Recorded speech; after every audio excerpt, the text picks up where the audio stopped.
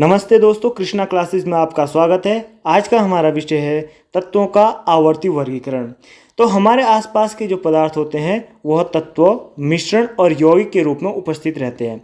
इनमें से जो तत्व होते हैं वे एक ही प्रकार के परमाणुओं से मिलकर बने होते हैं। तत्वों के कुछ मूलभूत रासायनिक गुणधर्म भी होते हैं। तो जब हमारे पास बहुत सारे तत्व प्रकृति से ज्ञात हो चुके थे तो हमने तत्वों को वर्गीकृत करने का प्रयास करा, और ऐसा ही सबसे पहला प्रयास जर्मन रसायनज्ञ डॉबेराइनर के द्वारा सन 1817 में किया गया। उन्होंने क्या करा, तत्वों को परमाणु द्रव्यमान के बढ़ते हुए क्रम में व्यवस्थित करा। फिर उन्होंने देखा ऐसा करते हुए कि जो पहला और जो तीसरा तत्व है उनके परमाणु द्रव्यमान का औसत जो बीच वाला तत्व है उसके परमाणु द्रव्यमान के बराबर है। फॉर एग्जाम्पल यहाँ पे जो लिथियम है उसका परमाणु द्रव्यमान होता है 7, और जो पोटेशियम है के परमाणु क्रमांक इसका 19 है और परमाणु द्रव्यमान होता है इसका 39। इन दोनों का जो औसत निकालेंगे तो दोनों को जोड़ेंगे और 2 से भाग देंगे, तो ये आपके पास आ जाएगा 39 + 7 = 46/2, जो कि आपके पास आ जाएगा 23। और 23 किसका परमाणु द्रव्यमान होता है? सोडियम का परमाणु द्रव्यमान होता है। ठीक इसी प्रकार से जैसे हमारे पास यहाँ पे दे रखा है क्लोरीन है। क्लोरीन का परमाणु द्रव्यमान आपको पता होगा 35.5 होता है, और जो आयोडीन है इसका परमाणु द्रव्यमान होता है 126.9 के आसपास, और इसका होता है 35.5 के आसपास। इन दोनों का जब हम एवरेज निकालेंगे, औसत निकालेंगे, तो कैसे निकालेंगे? इनको हम जोड़ेंगे और जो जोड़ करके आएगा वैल्यू उसमें हम 2 से भाग देंगे। जब हम ऐसा करते हैं तो हमारे को जो वैल्यू मिलती है वो मिलती है 79.9 के आसपास, और 79.9 किसका परमाणु द्रव्यमान है? ये ब्रोमीन का परमाणु द्रव्यमान है। तो डॉबेराइनर ऐसा करते हुए 3 ही त्रिक बना पाए थे। उनमें से पहला त्रिक है आपके पास ये लिथियम, सोडियम, पोटेशियम, दूसरा है कैल्शियम, स्ट्रोंशियम, बेरियम, और तीसरा है क्लोरीन, ब्रोमीन और आयोडीन। आपको क्वेश्चन ऐसे ही पूछा जा सकता है कि क्लोरीन और आयोडीन का परमाणु द्रव्यमान आपको दे दिया गया है और पूछा है कि क्लोरीन, ब्रोमीन, आयोडीन डॉबेराइनर के त्रिक बनाते हैं। क्लोरीन का परमाणु द्रव्यमान दिया गया है, आयोडीन का परमाणु द्रव्यमान दिया गया है, आपको ब्रोमीन का परमाणु द्रव्यमान निकालना है। तो कैसे निकालेंगे? क्लोरीन का परमाणु द्रव्यमान प्लस आयोडीन का परमाणु द्रव्यमान, आप इनको जोड़ेंगे और उसमें किससे भाग देंगे? 2 से। तो जो वैल्यू आएगी वो ब्रोमीन का परमाणु द्रव्यमान होगा। तो डॉबेराइनर से ही प्रेरित होकर और रसायनज्ञों ने भी तत्वों के गुणधर्मों को उनके परमाणु द्रव्यमान से संबंध के रूप में स्थापित करने का प्रयास करा। तो अगला जो नंबर था वो था न्यूलैंड्स का। न्यूलैंड्स ने क्या करा, उन्होंने भी परमाणु को द्रव्यमान के बढ़ते हुए क्रम में व्यवस्थित करा, और ऐसा करते हुए उन्होंने देखा कि जो प्रत्येक 8वां तत्व आ रहा है उसका जो रासायनिक गुणधर्म है वो पहले तत्वों से मैच कर रहे हैं। जैसे hydrogen, lithium, beryllium, boron, carbon, nitrogen, oxygen के बाद जो फ्लोरीन है, फ्लोरीन के गुणधर्म हाइड्रोजन से मैच करते हैं। ठीक इसी प्रकार से सोडियम के जो गुणधर्म है वो लिथियम से मैच कर रहे हैं, मैग्नीशियम के गुणधर्म है वो बेरिलियम से मैच कर रहे हैं। तो इस प्रकार से उन्होंने अपना अष्टक सिद्धांत दिया। उन्होंने बोला कि जो तत्वों के रासायनिक गुणधर्म है ये ठीक संगीत के स्वरों के ही तरह है। जिस प्रकार से संगीत के स्वर में से प्रत्येक 8वां स्वर जो होता है वो पहले स्वर से मैच करता है। सा रे गा मा पा धा नी के बाद जो 8वां स्वर रहेगा सा, वो पहला ही स्वर होगा। ठीक उसी प्रकार से जब हम तत्वों को परमाणु द्रव्यमान के बढ़ते हुए क्रम के रूप में व्यवस्थित करेंगे तो जो 8वां तत्व आएगा उसके परमाणु जो गुणधर्म है वो पहले तत्वों से मैच करेंगे। लेकिन न्यूलैंड्स के अष्टक सिद्धांत में कुछ समस्याएं थी। तो पहली समस्या ये देखी गई कि जो न्यूलैंड्स का अष्टक सिद्धांत है वो सिर्फ कैल्शियम तक ही लागू होता है। क्रोमियम के गुणधर्म एल्युमिनियम से मैच नहीं करते, ये जो टाइटेनियम है इसके गुणधर्म सिलिकॉन से मैच नहीं करते, तो ये केवल हल्के तत्वों के लिए ही सही से लागू हो रहा है। दूसरा हमने ये भी देखा कि जो न्यूलैंड्स है उन्होंने 2 तत्वों को एक ही कॉलम में व्यवस्थित करा है। जैसे कोबाल्ट और निकिल को एक ही कॉलम में रख लिया, एक साथ रख लिया, और ये Ce और La इसको भी एक ही साथ रख लिया, इन्होंने एक ही कॉलम में रख लिया। तो ऐसा भी देखा गया। प्रकार से जो न्यूलैंड्स का अष्टक सिद्धांत है वो केवल हल्के तत्वों के लिए ही सही से लागू हो पाया, कैल्शियम तक ही सही से लागू हो पाया। इसमें एक समस्या और थी, न्यूलैंड्स के टाइम जो प्रकृति में ज्ञात तत्व थे हमें वो थे 56, और न्यूलैंड्स ने ऐसी भविष्यवाणी करी थी कि प्रकृति में केवल और केवल 56 ही तत्व हो सकते हैं, इसके आगे तत्व हमें नहीं मिलेंगे, जबकि ऐसा नहीं हुआ। तत्वों के वर्गीकरण में जो सबसे महत्वपूर्ण नाम आता है वो आता है मेंडेलीव का। मेंडेलीव एक ऐसे वैज्ञानिक थे जिन्होंने सही मायने में तत्वों को सही से वर्गीकृत करने का प्रयास करा। मेंडेलीव के टाइम 63 तत्व ज्ञात थे, 63 तत्व मेंडेलीव के टाइम ज्ञात थे, और इन्होंने भी वही करा, इन्होंने भी तत्वों को परमाणु द्रव्यमान के बढ़ते हुए क्रम में व्यवस्थित करा। लेकिन बजाय इसके हिट एंड ट्रायल मेथड के इन्होंने स्पेशली एक रूल दिया जिसको कहते हैं मेंडेलीव का आवर्त नियम, जो कहता है कि तत्वों के भौतिक एवं रासायनिक गुणधर्म उनके परमाणु द्रव्यमान के आवर्ती फलन है।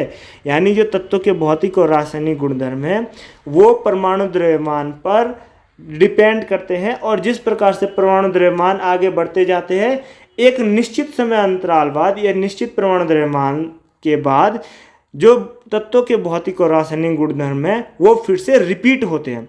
फॉर एग्जांपल जैसे हाइड्रोजन के बाद जब हम आगे बढ़ते जाएंगे तो जो लिथियम के गुणधर्म है वो हाइड्रोजन से मैच करेंगे, इसी प्रकार से जो सोडियम के गुणधर्म है वो लिथियम से मैच करेंगे, पोटेशियम के गुणधर्म वो लिथियम से मैच करेंगे।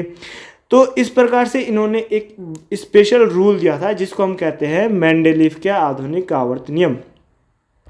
मेंडेलीव के आवर्त सारणी की विशेषता ये थी कि मेंडेलीव ने अपने आवर्त सारणी में कुछ रिक्त स्थानों को छोड़ दिया था, और ये रिक्त स्थान इन्होंने जो देखे यहाँ पे, ये इन्होंने ऐसा नहीं कि इन्होंने सोचा कि भाई ये डिफेक्ट है मेरी आवर्त सारणी में, बल्कि इन्होंने दृढ़तापूर्वक ऐसा प्रिडिक्ट करा कि भाई आगे भविष्य में कोई हमारे को एक ऐसा तत्व मिलेगा जो इस वाले स्थान को फिल करेगा। और सरप्राइजिंगली जब हमारे को ऐसे तत्व मिले तो साइंटिस्ट जो वैज्ञानिक रसायनज्ञ है उनका विश्वास मेंडेलीव पे और ज़्यादा दृढ़ हुआ, और ये जो खाली स्थान है जब इनके तत्व हमें मिले तो इसने वैज्ञानिकों को और अधिक प्रोत्साहित करा नए तत्वों की खोजों के लिए, और फलस्वरूप हमारे को उत्कृष्ट गैस का एक अलग से आवर्त भी मिला, एक अलग से ग्रुप मिला उत्कृष्ट गैसों का, जो कि मेंडेलीव की आवर्त सारणी में बहुत आसानी से फिट हो गया। यहाँ पे कंपटीशन के उद्देश्य से एक महत्वपूर्ण प्रश्न जो आता है वो ये है, वो आपको याद रखना है। जैसे कि स्कैंडियम जो तत्व है वो मेंडेलीव के टाइम ज्ञात नहीं था, लेकिन मेंडेलीव ने स्कैंडियम के लिए पहले ही जगह छोड़ दी थी, और उन्होंने बोला था स्कैंडियम का नाम एका बोरॉन। क्या नाम बोला था स्कैंडियम का? उन्होंने बोला था एका बोरॉन। बोरोन उन्होंने बोला था स्कैंडियम को। ठीक इसी प्रकार से उन्होंने गैलियम के लिए बोला था एका एल्युमिनियम, जो गैलियम तत्व है उसके लिए उन्होंने क्या बोला था? एका एल्युमिनियम। यानी कि जो गैलियम के गुणधर्म है वो किससे मिलेंगे? वो एल्युमिनियम से मिलेंगे। और तीसरा जो तत्व है जर्मेनियम, जर्मेनियम को उन्होंने बोला था एका सिलिकन। एका सिलिकन किसके लिए बोला था? जर्मेनियम के लिए। ये तीनों ही नाम आपको याद रखने हैं। जो ए का शब्द है वो संस्कृत का शब्द है, ये बात महत्वपूर्ण है। मेंडेलीव जो थे वो रूसी वैज्ञानिक थे, लेकिन उन्होंने जो उपसर्ग लगाया था वो संस्कृत का उपसर्ग था। मेंडेलीव की आवर्त सारणी में जो मुख्य समस्या आई वो समस्या आई हमारे पास जब समस्थानिकों की खोज हुई। तो समस्थानिकों के लिए हमारे को, क्योंकि परमाणु द्रव्यमान पर डिपेंड कर रही थी ये जो हमारे वर्ग है, और समस्थानिकों के गुणधर्म इसी वर्ग के तत्वों से मैच करते हैं, लेकिन क्योंकि उनके परमाणु द्रव्यमान अलग होते हैं तो मेंडेलीव के अनुसार उन्हें अलग वर्ग में रखा जाना चाहिए था, जबकि ऐसा हम नहीं कर सकते थे। तो ये एक समस्या बन के उभरी मेंडेलीव की आवर्त सारणी में, और इसी के फलस्वरूप हम आगे बढ़े नई आवर्त सारणी में, जिसको हम कहते हैं आधुनिक आवर्त सारणी।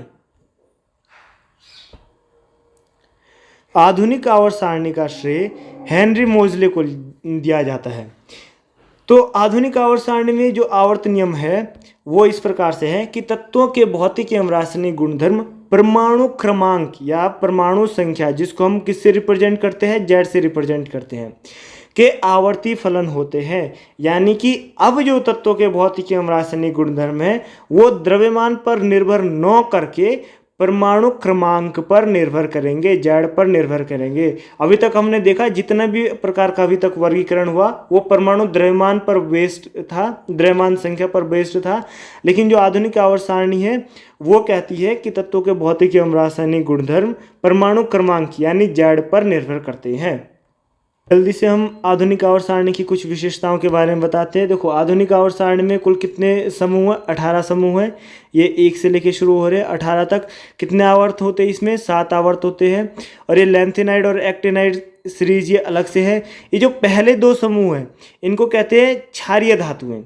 जो धातुएं होती है, जितनी भी धातुएं होती है वो क्षारीय प्रकृति की होती है, जबकि जो अधातुएं होती है वो होती है अम्लीय प्रकृति की। बीच में जो ये ब्लैक लाइन जा रही है जो धातुओं और अधातुओं को अलग करती है, इसके जो अलग ये ऊपर और नीचे ये ब्राउन कलर के जो तत्व हैं ये उपधातु है। ये उभयधर्मी प्रकृति के होते हैं।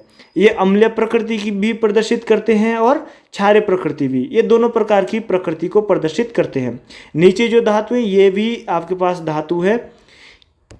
आवर्त सारणी में जब हम बाएं से दाएं की ओर बढ़ते हैं, यानी हम इस साइड से इस साइड की ओर बढ़ते हैं, तो परमाणु त्रिज्या सामान्यतः घटती है। जैसे पोटेशियम है, पोटेशियम के बाद क्या आ रहा है? कैल्शियम, कैल्शियम के बाद स्कैंडियम, टाइटेनियम, तो इधर को परमाणु त्रिज्या घटती है। और जब हम ऊपर से नीचे की ओर जाते हैं तब परमाणु त्रिज्या हमारी बढ़ती है। ठीक है, परमाणु त्रिज्या ऊपर से नीचे जाने पर बढ़ रही है क्योंकि अब तत्वों के परमाणु में एक नया कोष जुड़ रहा है। आपने बोर्ग-बरी स्कीम के बारे में सुना होगा, डिटेल में हम उसकी अलग से वीडियो बनाएंगे। फिलहाल आप ये जान लीजिए कि जब तत्व नीचे की ओर जा रहे हैं, परमाणु क्रमांक जब नीचे की ओर बढ़ रहा है तो इसमें एक नया कोष जुड़ जाता है जिससे परमाणु त्रिज्या या परमाणु का साइज बढ़ जाता है। और जब हम इधर को जाते हैं तो क्योंकि नाभिकीय आवेश बढ़ जाता है। ये क्वेश्चन इंपॉर्टेंट है कि परमाणु त्रिज्या क्यों घटती है बाएं से दाएं जाने की ओर? तो क्योंकि नाभिकीय आवेश बढ़ जाता है इसीलिए परमाणु त्रिज्या घट जाती है। दूसरी महत्वपूर्ण बात यह है, जैसे जैसे हम आवर्त सारणी में बाएं से दाएं ओर जाएंगे तो धात्विक गुण घटते हैं। इसीलिए हम देखते हैं कि आवर्त सारणी में बाईं ओर धातुएं हैं और दाईं ओर क्या है? अधातुएं हैं। यानी बाएं से दाईं ओर जाने पर धात्विक गुण घट जाते हैं। आवर्त सारणी में ऊपर से नीचे की ओर जब हम जाते हैं तब भी धात्विक गुण बढ़ते हैं। जब हम ऊपर से नीचे की ओर जाते हैं तो धात्विक गुण बढ़ते हैं। धात्विक गुण क्या होते हैं? धात्विक गुण बेसिकली किसी तत्व के इलेक्ट्रॉन के त्यागने की प्रवृत्ति से हम समझ सकते हैं। ठीक है, क्योंकि धातुएं जो तत्व है जितने आसानी से इलेक्ट्रॉन को त्यागेगी उसको हम बोलेंगे कि वो तत्व उतना ही अच्छा धातु है। अब हम बहुत जल्दी इस पे बेस्ड क्वेश्चंस देखते हैं। तो देखिए, क्वेश्चन आता है सबसे पहले जो क्वेश्चन है, यूनेस्को ने 2019 के उत्सव को रासायनिक तत्वों की आवर्त सारणी के अंतर्राष्ट्रीय वर्ष के रूप में इसके कितने साल पूरे होने का जश्न मनाया? तो जो सबसे पहली जो प्रॉपर पीरियोडिक टेबल बनी, आवर्त सारणी बनी, वो किसने बनाई थी? मेंडेलीफ ने बनाई थी। कब बनाई थी? 1869 में। कब बनाई थी? 1869 में। तो 1869 से लेके 2019 तक आप देख लीजिए कितना टाइम हुआ है? 150 ईयर हुए हैं। तो इसका सही आंसर होगा 150। नेक्स्ट क्वेश्चन में हम आगे बढ़ेंगे। यहाँ पे इन्होंने दे रखा है कि यूनेस्को ने 1869 में प्रकाशित आवर्त सारणी के 150 वर्ष पूर्ण होने पर 2019 को रासायनिक तत्वों की आवर्त सारणी के वर्ष के रूप में मनाने का निर्णय करा। और यह आवर्त सारणी बनाई थी मेंडेलीफ ने। और मेंडेलीफ के टाइम कितने तत्व ज्ञात थे? 64 तत्व ज्ञात थे। मेंडेलीफ के टाइम कौन सा जो समूह है जो मेंडेलीफ के टाइम ज्ञात नहीं था? तो वो था उत्कृष्ट गैसों का समूह। उत्कृष्ट गैस यानी अक्रिय gas, helium, neon, krypton, xenon, radon, ये उत्कृष्ट गैसें कहलाती हैं, जो अक्रिय गैस भी कहलाती है। तो ये समूह मेंडेलीफ के टाइम ज्ञात नहीं था। नेक्स्ट क्वेश्चन है, तीसरे और चौथे समूह के ऑक्साइड का सामान्य गुणधर्म क्या है? तो अभी हमने पीरियोडिक टेबल देखी थी। यहाँ पे पीरियोडिक टेबल में हमने देखा था जो पहले और दूसरे समूह हैं वो आपके पास ये है हाइड्रोजन, ये लिथियम, बेरियम, बोरान, ये सारे के सारे क्या है? ये धातु है। जो तीसरे और चौथे समूह हैं यहाँ पे कुछ धातुएं हैं, कुछ अधातुएं हैं, कुछ उपधातुएं हैं। तो बेसिकली इनके जो कैरेक्टरिस्टिक होंगे वो अम्लीय भी होंगे और क्षारीय भी होंगे, यानी बेसिक भी होंगे और एसिडिक भी होंगे। तो इसका सही आंसर हो जाएगा बेसिक और एसिडिक दोनों। नेक्स्ट क्वेश्चन भूपर पट्टी में सर्वाधिक पाए जाने वाला तत्व। भूपर पट्टी का मतलब होता है पृथ्वी की सतह। जो हमारी पृथ्वी है उसका जो ऊपरी हिस्सा है, जिस हिस्से में हम खेती करते हैं, तो उस वाली सतह को कहते हैं भूपर पट्टी। तो भूपर पट्टी में जो सर्वाधिक पाया जाने वाला तत्व है वो है ऑक्सीजन। यह आपको याद रखना है, सबसे ज़्यादा पाया जाता है ऑक्सीजन और सेकंड नंबर पे आता है सिलिकॉन। ठीक है जी। तो नेक्स्ट क्वेश्चन हम करते हैं। नेक्स्ट क्वेश्चन, ऑक्सीजन के बाद सबसे अधिक उपलब्ध कौन सा मूल तत्व है? मैं आंसर पहले ही आउट कर दिया था। तो ऑक्सीजन के बाद है सिलिकॉन का नंबर आता है।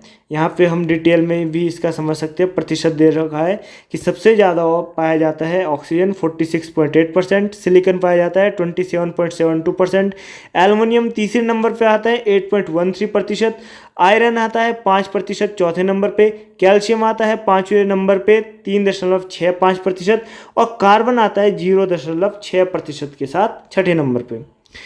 नेक्स्ट क्वेश्चन, निम्नलिखित में से विश्व यानी यूनिवर्स, अभी पृथ्वी की बात नहीं हो रही, अभी यूनिवर्स की बात हो रही है। यूनिवर्स में सर्वाधिक पाया जाने वाला तत्व कौन सा है? हाइड्रोजन है।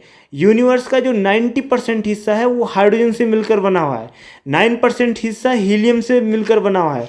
बाकी जो 1% है उसमें भी ज़्यादातर क्या है? हल्के तत्व, यानी 1 से लेकर 20 तक जो परमाणु क्रमांक है उन तत्वों में पाए जाते हैं। भारी तत्व बहुत कम मात्रा में पाए जाते हैं। तो इम्पोर्टेंट बात यह है कि यूनिवर्स का जो सबसे ज़्यादा 90% हिस्सा है वो हाइड्रोजन से मिलकर बना है और 9% हिस्सा हीलियम से मिलकर बना हुआ है। बाकी 1% में और तत्व आते हैं। और वर्तमान तक हम 118 के 118 तत्व ज्ञात कर चुके हैं। एनसीईआरटी में अभी तक 114 तत्वों के बारे में ही उल्लेख किया गया है।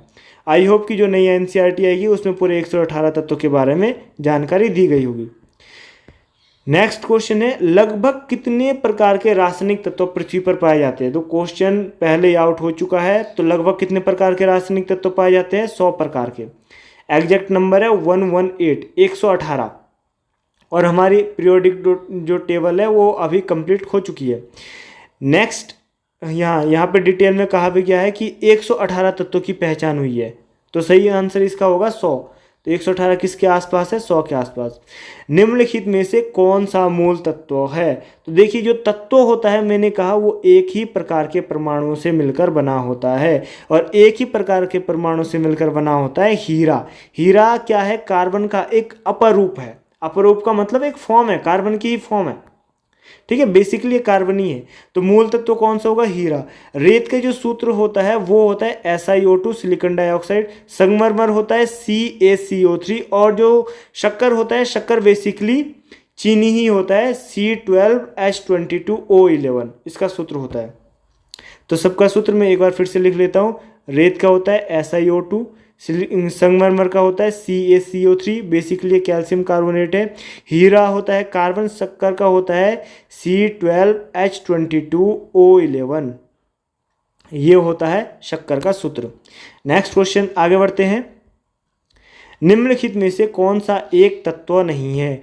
तत्व क्या होता है? तत्व मिलकर बना होता है एक ही प्रकार के परमाणु से। और आवर्त सारणी में मैंने आपको बताया था कि बाईं ओर धातुएं होती है, दाईं ओर अधातुएं होती है। धातु और अधातु को कौन डिवाइड करता है, कौन बांटता है? दो हिस्सों में उपधातु बांटते हैं। तो ये सारे के सारे क्या हुए? तत्व हुए। जो गैस है वो आवश्यक रूप से तत्व नहीं होती है। हालांकि ऑक्सीजन एक तत्व भी है, गैस भी है, लेकिन CO2 एक गैस है लेकिन ये तत्व नहीं है, क्योंकि ये दो अलग अलग परमाणु से मिलकर बनी हुई है। नेक्स्ट हम देखते हैं, हीरे की खनिजीय बनावट क्या है? तो हीरे की खनिजीय बनावट मैं पहले कह चुका हूं। हीरा क्या है? बेसिकली कार्बन का अपर रूप है। कार्बन के जो दो और अपर रूप है वो ग्रेफाइट है और ग्रेफाइट के साथ ही साथ एक और है, उसको हम बोलते हैं C60 या फिर बकमिंस्टर फुलरीन्स। तो ग्रेफाइट की विशेषता ये है, ये अधातु होते हुए भी विद्युत एवं ऊष्मा का सुचालक है। ग्रेफाइट विद्युत एवं ऊष्मा का सुचालक है। C60 के लिए इंपॉर्टेंट बात यह है कि इसकी जो आकृति होती है फुटबॉल के जैसे पिंजरे नुमा होती है। ये क्वेश्चन कई बार पूछा जाता है, निम्नलिखित में से किसकी आकृति पिंजरे नुमा है? तो C60 की आकृति पिंजरे नुमा होती है। हीरा जो है कार्बन का अपरूप है, इसकी विशेषता ये है कि हीरा अधातु होते हुए भी बहुत कठोर है, बल्कि प्रकृति में सर्वाधिक जो कठोर पदार्थ है, कठोरतम पदार्थ है, वो हीरा ही है। सामान्यतः अधातुएं कठोर नहीं होती, धातुएं कठोर होती है। तो नेक्स्ट क्वेश्चन हम आगे बढ़ते हैं। भूपर पट्टी पर द्रव्यमान प्रतिशत के रूप में से निम्नलिखित में से कौन सा एक सर्वाधिक मात्रा में पाया जाता है?